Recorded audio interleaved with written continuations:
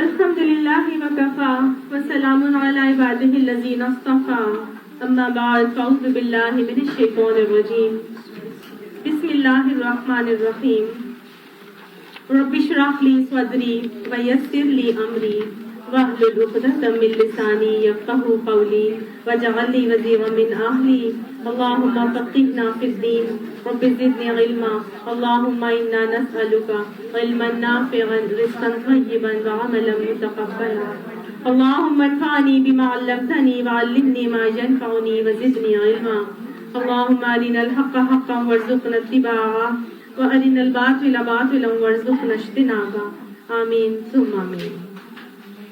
سورہ احزاب ہم پڑھ رہے تھے اور سورہ احزاب کی آیت نمبر کہاں تک ہم نے کر لیا تھا؟ 36 تک ہم نے کر لیا تھا۔ ہاں جی، اس آیت نمبر 36 تک کرتے ہوئے ہمیں کیا کیا چیزیں بتائی گئی تھی؟ اللہ سبحانہ تعالیٰ نے ازواج مطہرات کو گھروں کی پاکیزگی اختیار کرنے کے نسخے اور طریقے بتائے تھے۔ ہاں جی، اور 10 چیزیں تو بعد میں آئی تھی، لیکن اللہ تعالیٰ نے کچھ اصول اور طریقے سکھائے تھے، اور اس میں سے اللہ سبحانہ تعالیٰ نے سب سے پہلے ان کو بات کرنے کا طریقہ اور ادب اور سلیقہ کہ دبی ہوئی اور نرم آواز میں زوردار آواز میں بات نہ کرو، کیونکہ ایسا نہ ہو کہ دل کی خرابی کا کوئی شخص جو ہے وہ کسی فتنے میں مبتلا ہو جائے۔ ٹھیک ہے، دوسرا طریقہ اللہ تعالیٰ نے یہ بتایا تھا کہ قرنا فی بیوتکن، اپنے گھروں میں ٹک کر قرار پکڑ کے بیٹھا کرو۔ لیکن پھر اللہ سبحانہ تعالیٰ نے یہ نہیں ہمیں بتایا کہ صرف اب ہمیں ایک چار دیواری میں گویا قید ہی کر کے رکھ دیا ہو۔ اللہ سبحانہ تعالیٰ نے جہاں یہ بتایا کہ گھروں میں ٹک کر بیٹھو، اور ہم نے بہت ڈیٹیل سے دیکھا تھا کہ اللہ تعالیٰ نے گھروں میں بیٹھنا ہمیں کیوں ہمارے لیے رکھا۔ لیکن اللہ تعالیٰ نے صرف یہ نہیں کہہ دیا بس اب یہ اسی کے اندر تم چار دیواری میں محصور ہو کے اور قید ہو کے بیٹھ جاؤ گی، نہیں۔ اگر کوئی عورت اپنے اندر استطاعت پاتی ہے، مینٹلی، ایموشنلی، اعصابی طور پر، فزیکلی، وہ اتنا اپنے آپ کو اسٹیمنا پاتی ہے کہ وہ باہر نکل کے خدمت خلق کے، تعلیم و تدریس کے کوئی اور کام کر سکتی ہے، تو اس کو پوری کی پوری اجازت دی گئی ہے۔ سم ٹائمز ضرورت کے تحت بھی باہر نکلنا پڑ جاتا ہے انسان کو، عیادت کے لیے جانا ہے، رشتہ داروں سے ملنے کے لیے جانا ہے، تو منع نہیں کیا ہمارے دین نے، لیکن اگلا طریقہ اللہ تعالیٰ نے سکھا دیا تھا کیا کرنا جب نکلو گی تو کیسے نکلنا۔ وَلَا تَبَرَّجْنَا تَبَرُّجَ الْجَاهِلِيَّةِ الْأُولَىٰ، کہ دور جاہلیت کی سج دھج دکھاتی بھی نہیں نکلو گی۔ تو گویا نکلنے کا طریقہ اور ادب اور سلیقہ بھی اللہ تعالیٰ نے ہمیں یہاں پر سکھا دیا۔ جب اللہ سبحانہ تعالیٰ نے یہ ساری باتیں سکھائیں تو پھر اللہ نے ہمیں یہ بھی بتا دیا کہ اگر تم چاہتی ہو کہ تم تبرج سے بچ جاؤ تو پھر تمہیں کیا کرنا چاہیے، کہ پھر 4 نسخے بتائے اللہ تعالیٰ نے۔ اس تبرج سے بچنے کے 4 نسخے اللہ نے بتائے، اور وہ 4 نسخے کیا تھے؟ نمازوں کو قائم کرو، زکوٰۃ کو ادا کرو، اللہ اور اس کے رسول کی اطاعت کرو، تو تم تبرج سے بالکل بچ جاؤ گی۔ تو یہ اس کے بعد اللہ تعالیٰ نے بتایا کہ انما یرید اللہ لیذھب عنکم الرجس اہل البیت، یعنی اللہ سبحانہ تعالیٰ تو یہ چاہتا ہے کہ تم اہل بیت سے رجز یعنی گندگی اور ناپاکی کو بالکل دور کر دے، وَيُطَهِّرَكُمْ تَطْهِيرًا، اور تمہیں باقاعدہ طور پر پاک اور صاف کر دے۔ تو ہم نے یہاں پر دیکھا تھا کہ اللہ تعالیٰ نے گھروں کی پاکیزگی کے یہ نسخے ازواج مطہرات کو بتائے تھے، اور ہم نے یہ سمجھا تھا کہ اللہ تعالیٰ نے یہ نسخے ازواج مطہرات کو بتائے ان کے گھروں کی پاکیزگی کے لیے، تو یہ نسخے ہمارے گھروں کی پاکیزگی کے لیے اور خواتین اسلام کے لیے بھی ایز اٹ از اتنے ہی زیادہ ضروری ہیں۔ اب یہاں پر ایک بات تھی جو میں اس دن آپ لوگوں کو بتانے سے بھول گئی تھی کہنا چاہیے، تو میرے بعد میں ذہن میں آیا کہ ہم نے اہل بیت پہ تو بات ہی نہیں کی۔ اہل بیت نبی کون ہیں؟ اس آیت سے ہمیں پتا چل رہا ہے کہ اہل بیت نبی کون ہیں؟ ازواج مطہرات، کیونکہ آیت کی شروعات جو ہے وہ کیا کس سے ہو رہی ہے؟ آیت کی شروعات جو ہو رہی ہے یا نساء النبی سے ہو رہی ہے کہ اے نبی کی عورتوں، نبی کی بیویوں۔ تو اس حوالے سے یہ قرآن اس کا جواز دیتا ہے کہ آپ صلی اللہ علیہ وسلم کی ازواج مطہرات اہل بیت، ٹھیک ہے۔ ہمارے یہاں پہ کچھ لوگ ہیں جو کہ ازواج مطہرات کو اہل بیت نہیں تصور کرتے، اور اس کے حوالے سے ایک حوالہ وہ حدیث کا یہ بیان کرتے ہیں، وہ جو مباہلے کا ایک معاملہ ہوا تھا کہ آپ صلی اللہ علیہ وآلہ وسلم، ہم یاد کر لیجئے پیچھے جب ہم نے مباہلے کا معاملہ پڑھا تھا تو آپ صلی اللہ علیہ وآلہ وسلم اپنے حضرت علی، حضرت فاطمہ اور حضرت حسن، حسن حسین کو لے کر گئے تھے، اور انہوں نے کہا تھا کہ اللہم ھذا اہلی، کہ یہ میرے اہل ہیں۔ تو حضرت عائشہ نے ایک دفعہ ایک اور موقع آتا ہے کہ آپ صلی اللہ علیہ وسلم نے ایک چادر اوڑھی تھی، اور چادر میں انہوں نے حضرت علی، حضرت فاطمہ، حضرت حسین اور حضرت حسن کو بٹھایا، اور پانچوں جو ہے وہ جن کو پنجتن پاک بھی کہتے ہیں پھر، کہ یہ جو ہے نا، یہ اللہم ھذا اہلی، کہ یہ میرے اہل بیت ہیں۔ تو حضرت عائشہ نے پوچھا تھا یا رسول اللہ، غالباً حضرت عائشہ ہی نے پوچھا تھا کہ یا رسول اللہ کیا ہم آپ کے اہل بیت نہیں ہیں؟ تو آپ صلی اللہ علیہ وسلم نے فرمایا تھا تم تو جو ہو وہ اپنی جگہ ہو۔ اور یہ قرآن کی آیت ہمیں کیا بتا رہی ہے کہ ازواج نبی بھی کیا ہے؟ اہل بیت ہی ہے۔ تو اس کے لیے یہ جسٹیفیکیشن دینا ضروری نہیں ہے کہ حضرت عائشہ نے کہا تو آپ صلی اللہ علیہ وسلم نے ان کو اہل بیت سے خارج نہیں کیا تھا، ان کو نکالا نہیں تھا، تو قرآن میں اتنا محفوظ کر دیا گیا کہ یا نساء النبی کون ہے؟ اہل بیت ہے۔ لیکن حضور صلی اللہ علیہ وسلم نے اپنی بیٹی، داماد اور ان کے لیے اپنے نواسوں کو بھی اہل بیت میں شامل کیا، کیونکہ ایک رواج تھا نا، آج بھی یہ رواج ہے کہ لوگ کیا کرتے ہیں؟ بیٹے سے نسل چلتی ہے، لوگ کہتے ہیں بیٹا ہے اسی سے نسل چلتی ہے، اور ہم نے دیکھا کہ نبی صلی اللہ علیہ وسلم نے اپنی بیٹے داماد کو بھی اپنے اہل بیت ہی میں تصور کیا، اور آپ صلی اللہ علیہ وسلم کی نسل ان سے جو ہے وہ چلی ہے۔ اسی لیے آپ صلی اللہ علیہ وسلم نے اسپیسیفکلی ان کو انکلوڈ کر کے دنیا کو یہ دکھانا تھا کہ یہ بھی بیٹی تو ہے، داماد تو ہے، نواسے تو ہیں، لیکن میرے اہل بیت ہی ہیں۔ تو یہ جو ہے قرآن کی آیت اس بات کا جواز ہے۔ اگر کوئی آپ سے یہ بات کرتا ہے یا اس بارے میں کوئی بات بولتا ہے تو آپ خاص طور سے یہ بات ان کو اس طرح سے جواب لاجیکلی دے سکتے ہیں، ٹھیک ہے، کیونکہ قرآن کی آیت کے آگے تو کوئی بھی نہیں نا کچھ کہہ سکتا۔ پھر اللہ تعالیٰ نے ہمیں یہ سکھایا کہ جب تم گھروں میں ٹک کے بیٹھو گی، صرف ضرورت کے تحت باہر نکلو گی، تو پھر گھروں میں بیٹھ کے کرنے کا کوئی کام ہے نا جو تم کرو گی۔ اب گھر میں بیٹھنا ہے، کرنا بھی بیوتکن کا حکم آتا ہے، تو گھروں میں بیٹھ کے جو ہے وہ چیٹنگ کرنا شروع ہو جائیں گے، بس موبائل پہ لگے ہوئے ہیں، اور کبھی ادھر اور ادھر واٹس ایپ میسیجز ہو رہے ہیں، فیس بک پہ بیٹھے ہیں اور وہ سرفنگ ہو رہی ہے، اور مختلف قسم کی گپیں لگائی جا رہی ہیں، پھر غیبتیں اس کی اور اس کی جا رہی ہیں، اور وہ بیٹھے، اور یہ نہیں کرنا تو بس پھر ٹی وی لگا کے بیٹھ گئے ہیں، پھر وہ یوٹیوب لگا کے بیٹھ گئے ہیں، اور وہ سیریل اور چینلز دیکھتے چلے جا رہے ہیں، اور وہ جس دنیا جہان کی اپنی آنکھوں کو آلودہ کرتے جا رہے ہیں کہ بھائی نہیں میں نے کہیں نہیں جانا، میں نے تو اللہ کے اس حکم پہ عمل کرنا بھی وجود ہے، میں تو اپنے گھروں میں ٹک کر قرار پکڑ کے بیٹھوں گی۔ اللہ نے کہا سورہ احزاب میں کرنا بھی بیوتکن کرنا ہے، میں کہیں باہر نہیں جاؤں گی، میں نے تو بس گھر میں بیٹھنا ہے۔ اب گھر میں بیٹھ کے کریں گے کیا؟ گھر میں بیٹھنا ہے، ٹھیک ہے، الحمدللہ اگر کوئی گھر میں بیٹھتا ہے تو پھر گھر میں بیٹھ کے اس میں یہ سارے معاملات نہیں کرنے جو بھی میں نے گنوائے۔ اللہ تعالیٰ نے آگے ہمیں طریقہ بتایا، جب گھر میں بیٹھو گی نا پھر کرو کیا؟ وَاذْكُرْنَ مَا يُتْلَىٰ فِي بُيُوتِكُنَّ مِنْ آيَاتِ اللَّهِ وَالْحِكْمَةِ۔ جب گھروں میں ٹک کر بیٹھو گی تو اللہ کی آیات اپنے گھروں میں ذکر کیا کرو، اللہ کی آیات اور ان کی حکمت بھری باتوں کا گھر میں تذکرہ کیا کرو۔ گھر میں بیٹھنا ہے تو قرآن پڑھنا ہے، حدیث پڑھنی ہے، سیکھنا ہے، سکھانا ہے، لوگوں کو بلا لو، محلے داروں کو بلا لو، دوستوں کو بلا لو، احباب کو بلا لو، رشتہ داروں کو بلا لو، بچوں کو بٹھا لو، اپنی میڈ سرونٹس کو بلا لو، ان کو بٹھا لو، اور کیا کرو؟ اپنے میاں کو بٹھا لو، اپنے بچوں کو ایک محفل جما لو، اور کیا کرو؟ وَاذْكُرْنَ مَا يُتْلَىٰ فِي بُيُوتِكُنَّ مِنْ آيَاتِ اللَّهِ وَالْحِكْمَةِ۔ یاد ذکر کیا کرو، جو پڑھا جاتا ہے تمہارے گھروں میں اللہ کی آیات اور حکمت بھری باتیں جو پڑھی جاتی ہیں نا، ان کا تذکرہ کیا کرو، بیٹھا کرو، گھر میں سٹنگ لگایا کرو، قرآن کی تبلیغ اور اشاعت کے معاملات سیکھا کرو، قرآن کی باتوں کو پڑھا اور پڑھایا، سیکھا اور سکھایا کرو۔ اور آپ یقین مانیے تعلیم کا یہ سب سے بیسٹ انداز اور طریقہ اور سلیقہ ہے کہ جب گھر میں لوگ مل کر بیٹھے اور قرآن کی آیات کو ڈسکس کریں۔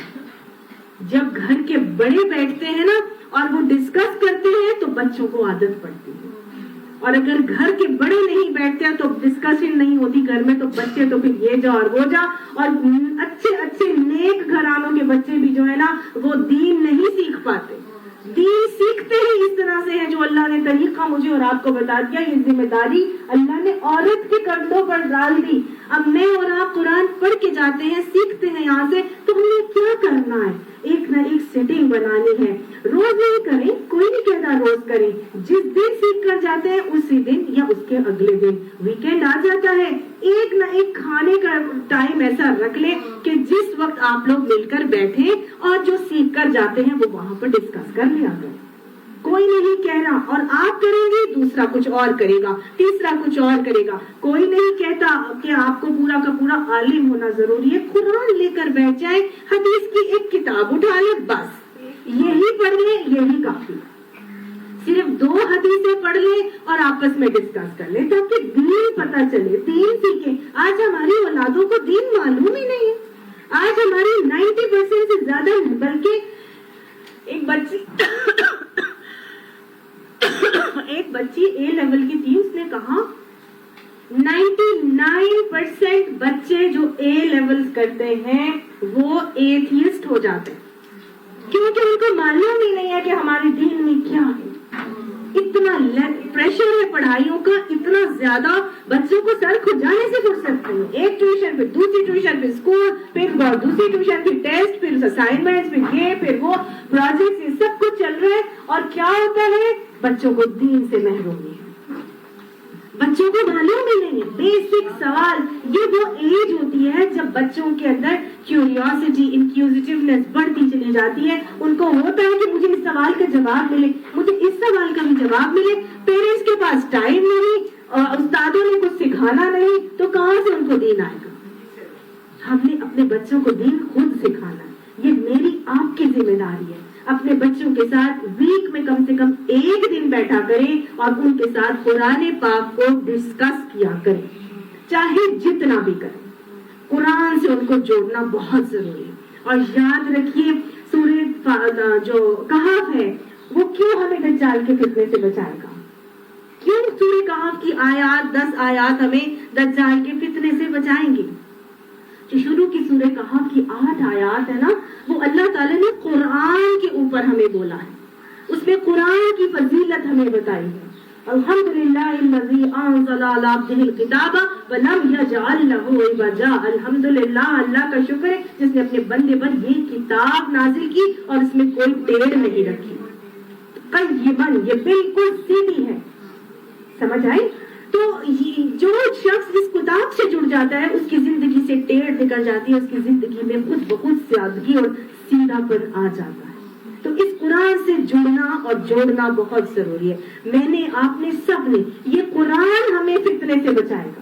کوئی ہمیں دجالی فتنے سے نہیں بچا سکتا، لیکن یہ قرآن ہمیں بچا سکتا ہے. 8 آیات شروع کی جو ہے نا سورہ کہف کی، یہی ہم قرآن کو اگر پکڑ لیں گے تو انشاءاللہ ہم بھی دجالی فتنے سے محفوظ رہیں گے اور ہماری اولادیں بھی دجالی فتنوں سے ضرور ہی بچی رہیں گی. تو قرآن بچوں کو پڑھانا ہے. اللہ نے مجھے اور آپ کو طریقہ سکھا دیا. گھروں میں بیٹھو گی تو پھر اب کیا کرنا؟ وَاذْكُرْنَا مَا يُتْلَىٰ فِي بُيُوتِكُنَّ مِنْ آیَاتِ اللَّهِ وَالْحِکْمَةِ.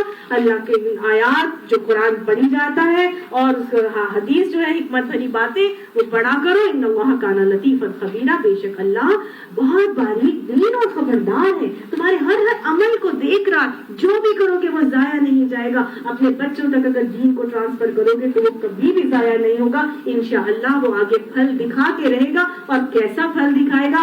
آگے کی پوری آیت کے اندر 10 موتیوں کی لڑی والا ہار جو ہے وہ ہم پڑھ چکے ہیں. پھر جب یہ آیات گھروں میں تلاوت کی جاتی ہے تو پھر اسی معاشرے کے بچے اور بچیاں، مرد اور عورتیں کیسی بنتی ہیں؟ ان المسلمین والمسلمات والمؤمنین والمؤمنات والقانتین والقانتات والصادقین والصادقات والصابرین والصابرات والخاشعین والخاشعات والمتصدقین والمتصدقات والصائمین والصائمات والحافظین فروجهم والحافظات والذاکرین اللہ کثیرا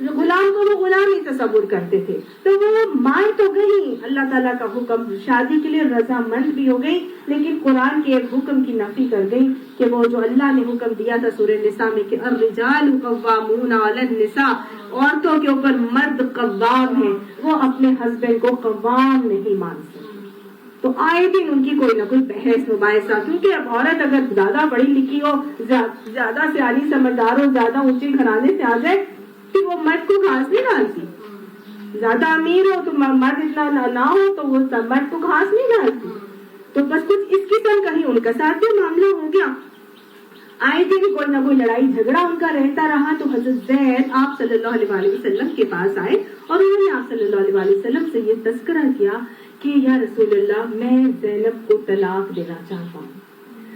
آپ صلی اللہ علیہ وسلم کو اللہ تعالیٰ کی طرف سے یہ بات پہلے ہی بتا دی گئی تھی کہ پہلے تم زید کا اس کے ساتھ نکاح کرو, پھر اللہ تعالیٰ نے نبی صلی اللہ علیہ وسلم کو بتا دیا کہ ہم اس کو طلاق دلوا کے تمہارا اس کے ساتھ نکاح کروائیں. پہلے بھی رسول اللہ صلی اللہ علیہ وسلم کو پتا تھا. اللہ سبحانہ تعالیٰ کی ہر کام میں بڑی حکمت ہوتی ہے. یہاں سے ہمیں بہت بڑی بات سمجھ میں آتی ہے کہ شادی ہوئی بھی اللہ کے حکم سے. انہوں نے اپنے دل کو مارا, جبر بھی دیا اور مان گئی شادی کرنے کے لیے, حالانکہ ان کا دل نہیں مان رہا تھا, لیکن اللہ کے حکم کی اطاعت پہ سر تسلیم خم کیا اور مان گئی شادی کے لیے. لیکن پھر اللہ تعالیٰ کو پتا تھا کہ اس شادی کو ہم نے توڑوانا ہے, اور اصل شادی اور جوڑ ہم نے کس سے بنانا تھا؟ رسول اللہ صلی اللہ علیہ وسلم سے بنانا تھا. یہاں سے ہمیں بہت بڑا پوائنٹ اور نقطہ سمجھ میں آتا ہے. کئی دفعہ ہم استخارہ کر کے ایک شادی کرتے ہیں اور ہم کہتے ہیں استخارہ کیا تھا, استخارہ تو اتنا اچھا تھا, پھر کیوں طلاق ہو گئی؟ تو اصل میں اللہ سبحانہ تعالیٰ نے شادی اس کے ساتھ کسی مقصد سے کروائی تھی, وہ مقصد پورا ہو گیا, طلاق ہو گئی. اصل جوڑا اللہ نے اس کا کہیں اور بنانا تھا. اس بات سے, اس طلاق ہونے سے اللہ سبحانہ تعالیٰ کا منشا اور مقصد کچھ ہوتا ہے. ہم دیکھیں گے یہاں اللہ سبحانہ تعالیٰ کا کیا منشا اور کیا مقصد تھا. کیوں زید بن حارثہ کی جب اللہ نے ان کا تعلق ہی رسول اللہ صلی اللہ علیہ وسلم سے جوڑنا تھا, ان کو ازواج مطہرات بنانا تھا, تو پھر ان کی شادی زید بن حارثہ سے کیوں کرائی تھی؟ پہلے ہی رسول اللہ صلی اللہ علیہ وسلم کو حکم دے دیا جاتا کہ آپ زینب کی جہاں سے نکاح کر لیں. ہے نا, سمجھ میں آتی ہے نہیں کہ نہیں آتی بات؟ تو گویا اللہ سبحانہ تعالیٰ اگر ہماری زندگیوں میں بھی کبھی کوئی معاملہ ایسا کرواتا ہے, ہم نے ہر چیز طریقے سے اچھا رشتہ ڈھونڈا جو اللہ کے رسول نے ہمیں بتائی گائیڈنس کہ اخلاق اور دین سے مطمئن ہو, اس پہ شادی کر دو, عورت میں تم دین دیکھو اور شادی کر دو. اور کیا تھا, کیا دونوں میں کوئی خرابی تھی, کوئی برائی تھی؟ ایک جو ہے وہ حب رسول بنے اور ایک جو ہے وہ امہات المومنین کے درجے پر پہنچی. یہ وہ واحد نبی, یہ واحد صحابی ہیں جن کا نام اللہ سبحانہ تعالیٰ نے قرآن پاک میں عطا فرمایا. یہ وہ واحد صحابی ہیں جن کے نام کو پڑھنے سے بھی ہمیں 30 نیکیاں ملتی ہیں. تو کوئی درجہ بھی عطا کرنا تھا نا اللہ تعالیٰ نے. یہ زید بن حارثہ کا درجہ ہے کہ نبی صلی اللہ علیہ وسلم کے ہر حکم کی اطاعت من نوان ویسے ہی کرتے ہیں, نبی صلی اللہ علیہ وسلم کی غلامی میں چلتے ہیں. بچپن سے کچھ چیز تو نوازنی تھی اللہ تعالیٰ نے. ایک شادی ٹوٹی, پہلی شادی زید بن حارثہ نے کس کے ساتھ کی ہے؟ ام ایمن سے کی ہے. آپ صلی اللہ علیہ وسلم نے فرمایا کہ ام ایمن وہ ہے جو رسول اللہ صلی اللہ علیہ وسلم کو بچپن میں پالتی تھی. جب حضرت آپ صلی اللہ علیہ وسلم کی والدہ محترمہ کا انتقال ہوا تو ابا کے مقام پر ان کے ساتھ کون تھا؟ ایمن تھی. ایمن کی والدہ محترمہ ہے اور رسول اللہ صلی اللہ علیہ وسلم نے چھوٹے سے 6 سال کے والدہ کا انتقال ہوتا ہے. ایمن لے کے ابو طالب کے پاس پہنچتے, عبد المطلب کے پاس پہنچتی ہیں. یہ ایمن جو کہ نینی, چھوٹی سی نینی تھی اس وقت, کتنی ہوگی؟ تو 10-14 سال کی ہوں گی, اس سے بڑی کیا ہوں گی. اس کے بعد رسول اللہ صلی اللہ علیہ وسلم نے اتنی عمر ہوگی, جب رسول اللہ صلی اللہ علیہ وسلم 40 سال کے ہو گئے تو یہ کتنے سال کی ہوگی سوچ لیں. اس کے بعد بھی حضور صلی اللہ علیہ وسلم فرما رہے ہیں جس نے جو چاہتا ہے کہ کسی جنتی عورت سے شادی کر لے وہ ایمن سے نکاح کر لے. حضرت زید بن حارثہ آگے بڑھے اور انہوں نے ان سے شادی کی. سبحان اللہ, ان سے کون پیدا ہوتا ہے؟ اسامہ بن زید پیدا ہوتے ہیں. یہ بھی حب رسول ٹھہرے. ایسے ہی پیار کرتے تھے رسول اللہ صلی اللہ علیہ وسلم ان سے بھی کہ ایک گودی میں ایک سائڈ پہ اپنے امام حسن کو بٹھائے اور ایک سائڈ پہ جو ہے وہ حضرت اسامہ کو بٹھایا اور کہتے ہیں یا الہی میں ان سے پیار کرتا ہوں تو بھی ان سے پیار کرو. یہ درجے ملے ان کو. اور یہ کیا ہوا ان کی بھی تو شادی جب حضرت زینب بنت جہش سے, اب کیا بوڑھی عورت سے خاتون سے شادی کی ہے جو جنتی ہے لیکن شادی کر لی ہے. اب دوسری شادی کس پر ہو رہی ہے؟ زید بن حارثہ کی حضرت زینب بنت جہش سے ہو رہی ہے. اللہ تعالیٰ چاہتے تو نہیں کراتے لیکن اب اللہ تعالیٰ نے کچھ کرنا تھا. کیا کرنا تھا اللہ تعالیٰ نے؟ اللہ نے جب ان کو حکم دیا, حضور صلی اللہ علیہ وسلم کو بتا دیا کہ یہ یہاں چھوڑے گا, طلاق دے گا, میں نے تمہاری شادی اس سے کروانی ہے. ٹھیک ہے. اب حضور صلی اللہ علیہ وسلم اسی معاشرے میں رہتے. اب اس معاشرے میں رواج میں نے آپ کو پہلے بھی بتایا تھا, ہم نے سورہ احزاب شروع کی تھی تو ہم نے پڑھا تھا کہ اس زمانے میں جو منہ بولا بیٹا ہوتا تھا یہ حضرت زید بن حارثہ اس وقت تک زید بن محمد کہلاتے تھے.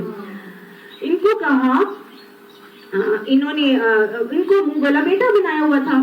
تو اس زمانے میں رواج کیا تھا کہ منہ بولے بیٹے کی منکوحہ سے سسر شادی نہیں کر سکتا کیونکہ وہ بھی بیٹا ہی ہوتا ہے اور وہ بھی بہو ہوتی ہے, تو بہو کے ساتھ شادی نہیں ہو سکتی. تو اللہ تعالیٰ نے شروع میں سورہ احزاب میں بتا دیا منہ بولا بیٹا ہی ہوتا ہے, ان کو ان کے باپوں کے نام سے پکارو.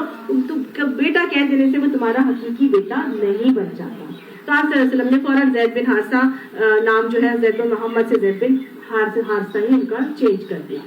تو ایک تو اللہ تعالیٰ نے یہ معاشرے کی رسم توڑنی تھی, یہ نکاح کروا کے کہ منہ بولا بیٹا ہی ہوتا ہے, اس کی بیوی بہو نہیں ہوتی اور اس بہو سے شادی اس عورت سے شادی کی جا سکتی ہے. ایک تو یہ رسم توڑنی تھی.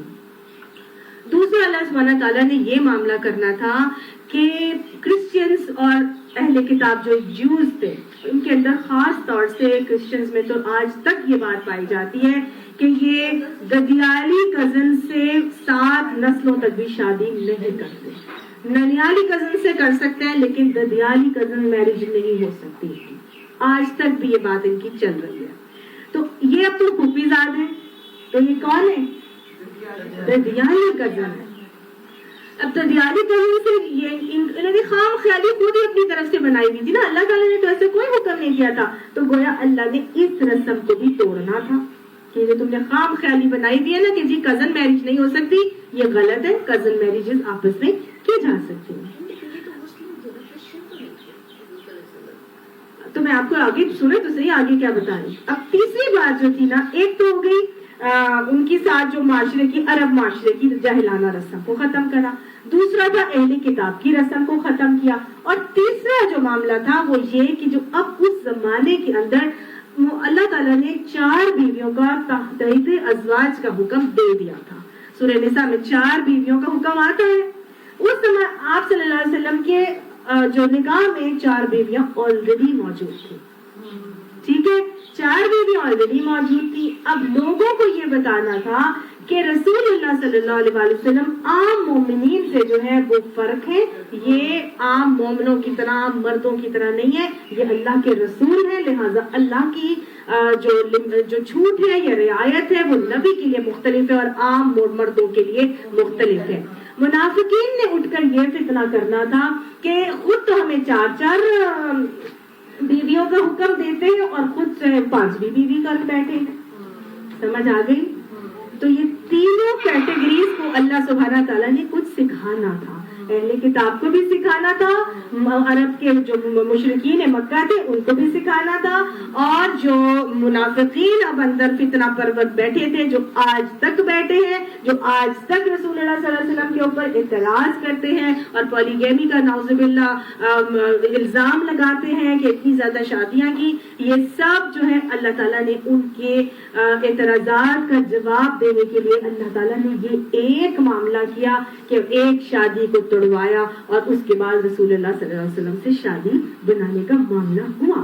ٹھیک ہے, اب رسول اللہ صلی اللہ علیہ وسلم کو تمام کے تمام اعتراضات ہوتے ہوئے نظر آ رہے تھے.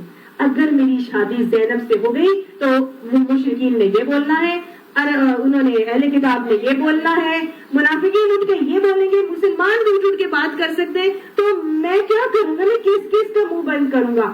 معاشرے کی رسم کے خلاف اٹھنا ایک بہت بڑا کام ہوتا ہے, یہ اس کے لیے بہت دل اور جگر چاہیے ہوتا ہے. اور اللہ سبحانہ تعالیٰ نے ایک معاملہ کر کے اور یہ ساری کی ساری نفیاں کروائی, اور اللہ کے نبی ہی کو اس کام کے لیے سلیکٹ کیا.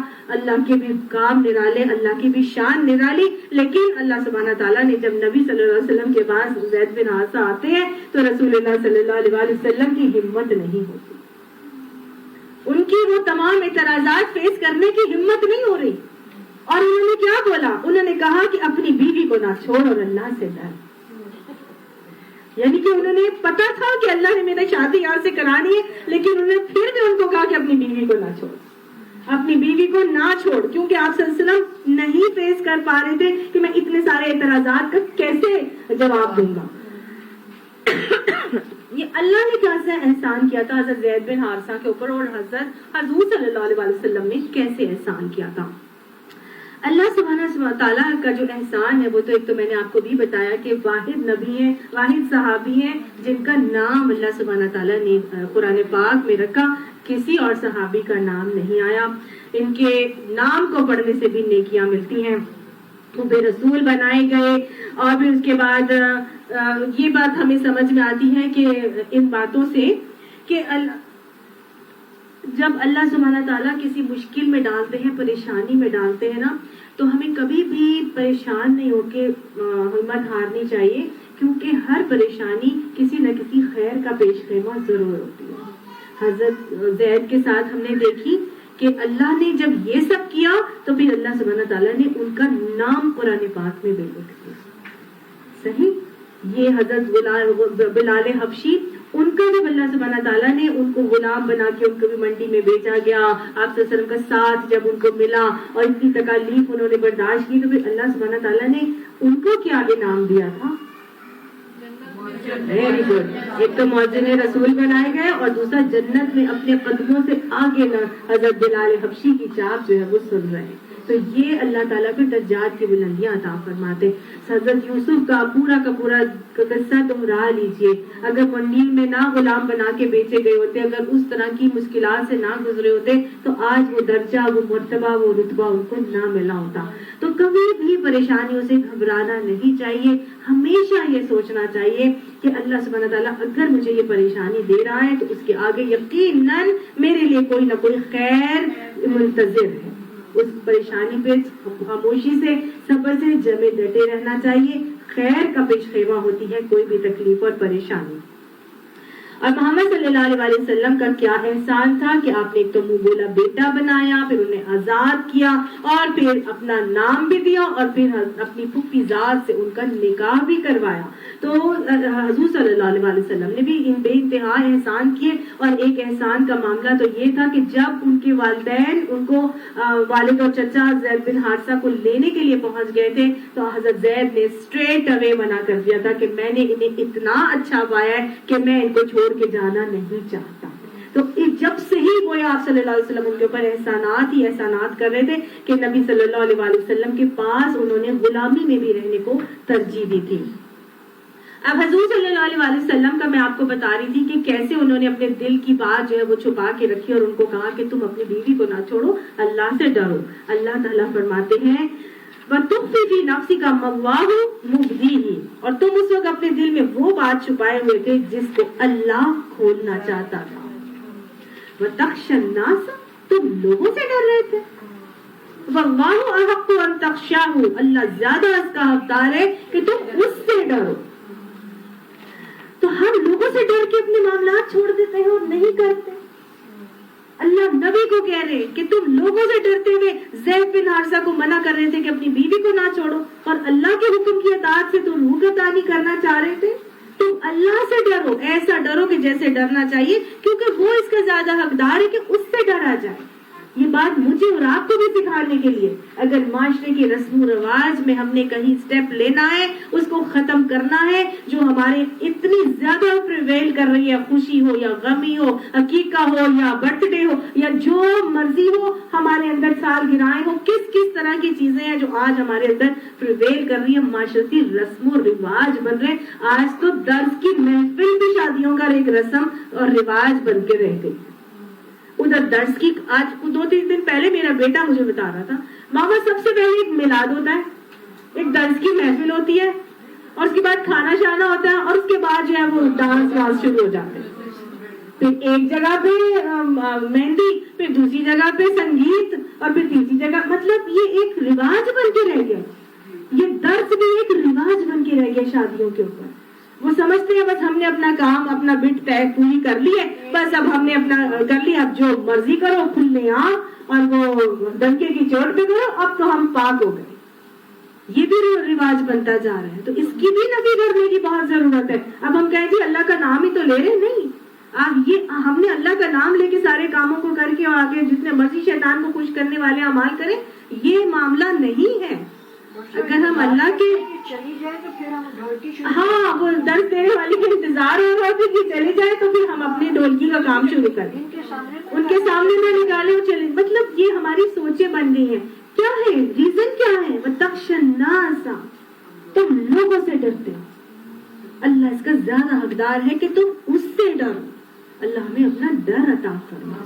اللہم اقسم لنا من خشیتک ما تحول به بیننا و بین معصیتک۔ اللہ ایسی خشیت عطا فرما کہ گناہ کرنا ہی ہمیں محال ہو جائے، گناہ کا خیال ہی ہمارے لیے مشکل ہو جائے۔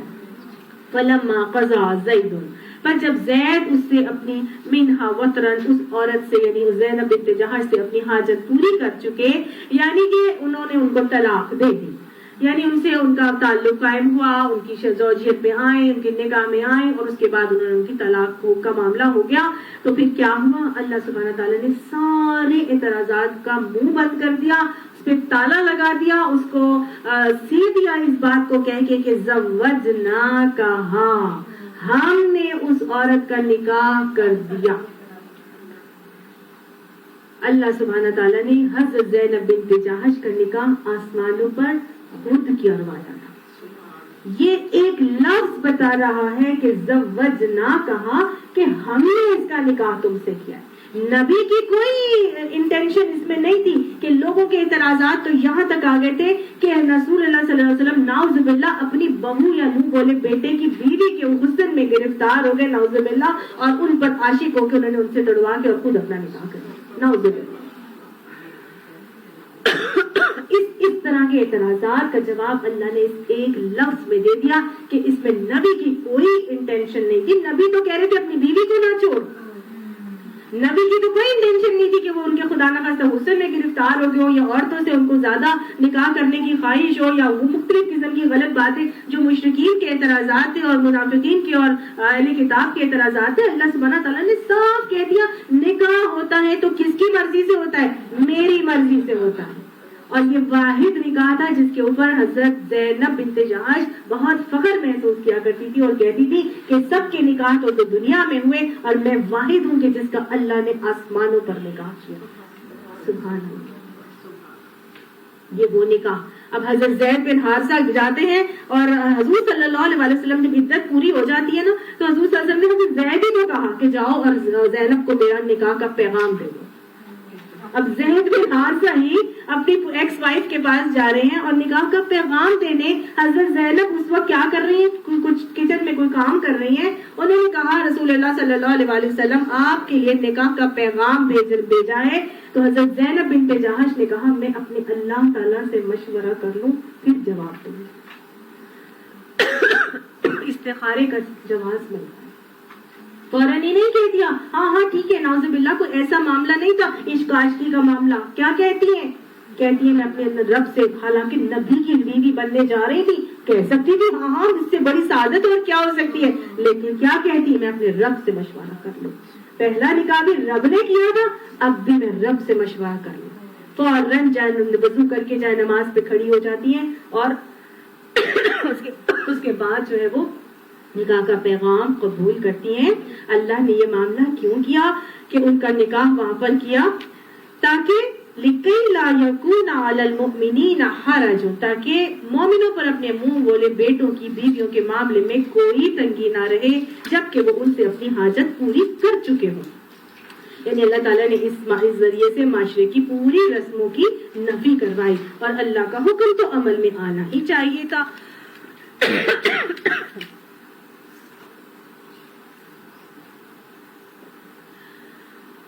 نبی صلی اللہ علیہ وسلم پر کسی ایسے کام میں کوئی رکاوٹ نہیں ہے جو اللہ نے اس کے لیے مقرر کر دیا ہو، یعنی یہ کام اللہ کی طرف سے مقرر ہوا تھا، اس میں نبی صلی اللہ علیہ وسلم کے لیے کوئی رکاوٹ نہیں تھی، چاہے یہ 5ویں شادی تھی، 5واں نکاح تھا یا یہ 10واں نکاح ہوتا۔ اللہ نے جو کام نبی کے لیے مقرر کیا ہے اس میں کسی طرف سے کوئی رکاوٹ نہیں آ سکتی۔ اور ہم دیکھتے ہیں کہ جب اللہ سبحانہ تعالیٰ نے ہمارے لیے بھی کسی رشتے کا معاملہ مقرر کر دیا ہوتا ہے تو اس میں کوئی رکاوٹ نہیں آتی، اسموتھلی ہر چیز جو ہے وہ ہوتی چلی جاتی ہے۔ جو کام اللہ تعالیٰ کی طرف سے ڈن کر دیا گیا ہوتا ہے وہ آٹومیٹکلی آسان ہوتا جاتا ہے۔ استخارے کی دعا پڑھتے جائیں، اللہ دروازے کھولتا جاتا ہے اور وہ خود بخود کام ہوتا چلا جاتا ہے، اس میں کوئی رکاوٹ نہیں آتی۔ یہی اللہ کی سنت ان تمام انبیاء کے معاملے میں رہی ہے جو پہلے گزر چکے ہیں، اور اللہ کا حکم ایک قطعی شدہ فیصلہ ہوتا ہے۔ یہ اللہ کی سنت ہے ان لوگوں کے لیے جو اللہ کے پیغامات پہنچاتے ہیں اور اسی سے ڈرتے ہیں، اور ایک خدا کے سوا کسی سے نہیں ڈرتے، اور محاسبے کے لیے بس اللہ ہی کافی ہے۔ آپ نے اللہ سبحانہ تعالیٰ نے مزید انبیاء کو بھی زیادہ ازواج کا حکم دیا تھا، اور ہم دیکھتے ہیں کہ حضرت داؤد علیہ السلام کی 100 بیویاں آتی ہیں روایات میں، اور حضرت سلیمان علیہ السلام کی 300 بیویوں کا تذکرہ ملتا ہے۔ یہ اللہ کی سنت ہے، یہ اللہ کے کام ہے، کیونکہ اتنی بڑی سلطنت کبھی کدھر جانا ہے کبھی کدھر جانا ہے، یہ اللہ کو معلوم ہے کس کا ساتھ کیا معاملہ کرنا ہے اور کس کو کتنی رعایت اور فیسلٹی دینی ہے۔ اللہ سبحانہ کیونکہ اللہ پاک فرما رہا ہے یہ ان کے لیے رعایت ہے جو اللہ کے پیغامات پہنچاتے ہیں، اور انبیاء کے لیے اللہ تعالیٰ نے ان رعایت کو رکھا۔ باقی مردوں کے لیے کتنی عورتیں رکھی اللہ نے؟ 4 سے زیادہ نہیں۔ لوگوں ما كان محمد ابا احد من رجالكم، محمد صلی اللہ علیہ وسلم مردوں میں سے تمہارا کسی کے بھی باپ نہیں ہے، ولکن رسول اللہ، لیکن رسول اللہ ہے، یعنی اللہ کے رسول ہے، وخاتم النبیین، اور نبیوں کے ختم کرنے والے ہیں، وکان اللہ بکل شیء علیما، اور اللہ ہر چیز کو جاننے والا ہے۔ بہت خوبصورت بات یہاں پہ ختم نبوت کے حوالے سے بتائی جا رہی ہے۔ یہ آیت ختم نبوت کا جواز دیتی ہے کہ آپ صلی اللہ علیہ وسلم خاتم النبیین ہیں، نبیوں کو ختم کرنے والے ہیں۔ پہلے آیت کے حصے میں بتایا جا رہا ہے کہ محمد صلی اللہ علیہ وسلم مردوں میں سے کسی کے باپ نہیں ہیں۔ شروعات میں سورت کی اللہ نے بتا دیا تھا یہ بات کہ منہ بولے بیٹے کو کہہ دینے سے وہ بیٹا نہیں بن جاتا، تو گویا وہاں پہ نفی کر دی گئی کہ زید بن حارثہ تمہارا بیٹا نہیں ہے، اس کے اندر سے اپنا نام ہٹا دو اور اس کے باپ کا نام لگا دو۔ اب یہاں پہ بتا دیا گیا کہ مردوں میں سے کسی مرد کے اب نبی صلی اللہ علیہ وسلم باپ نہیں ہے۔ آپ صلی اللہ علیہ وسلم کے 3 بیٹے پیدا ہوئے، سب سے پہلے حضرت قاسم، پھر طیب یا طاہر، دونوں کا ایک ہی بات کہی جاتی ہے، کہا جاتا ہے وہی اس کا لقب تھا طیب۔ کچھ لوگ کہتے ہیں کہ طیب علیحدہ تھے، طاہر علیحدہ تھے، واللہ عالم۔ لیکن اس کے بعد حضرت ماریہ قبطیہ سے ابراہیم پیدا ہوئے، ٹھیک ہے، لیکن یہ تینوں ہی جو ہے وہ بہت چھوٹی ہی عمر میں اللہ کو پیارے ہو گئے۔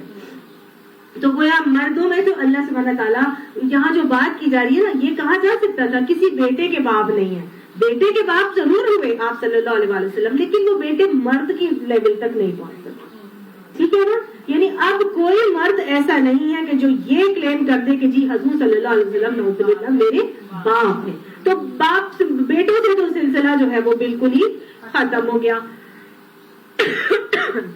لیکن وہ کیا ہے؟ اللہ کے رسول ہیں، وہ تمہارے روحانی باپ ضرور ہیں، تمہاری روح کی تربیت کرنے والے ضرور ہیں، ٹھیک ہے۔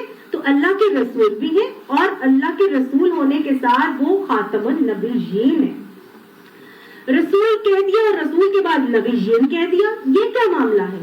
اللہ تعالیٰ کہتے تھے خاتم الرسول ہے، ابھی کہا رسول اللہ ہے، اور ابھی کہا خاتم النبیین ہے۔ اللہ تعالیٰ کہتے تھے نا خاتم الرسول، خاتم المرسلین ہے۔ آپ کو اچھی طرح سے یاد ہوگا، ہم نے پڑھا تھا یہ بات، میں نے آپ کو بتائی تھی کہ رسول اور نبی میں فرق ہوتا ہے۔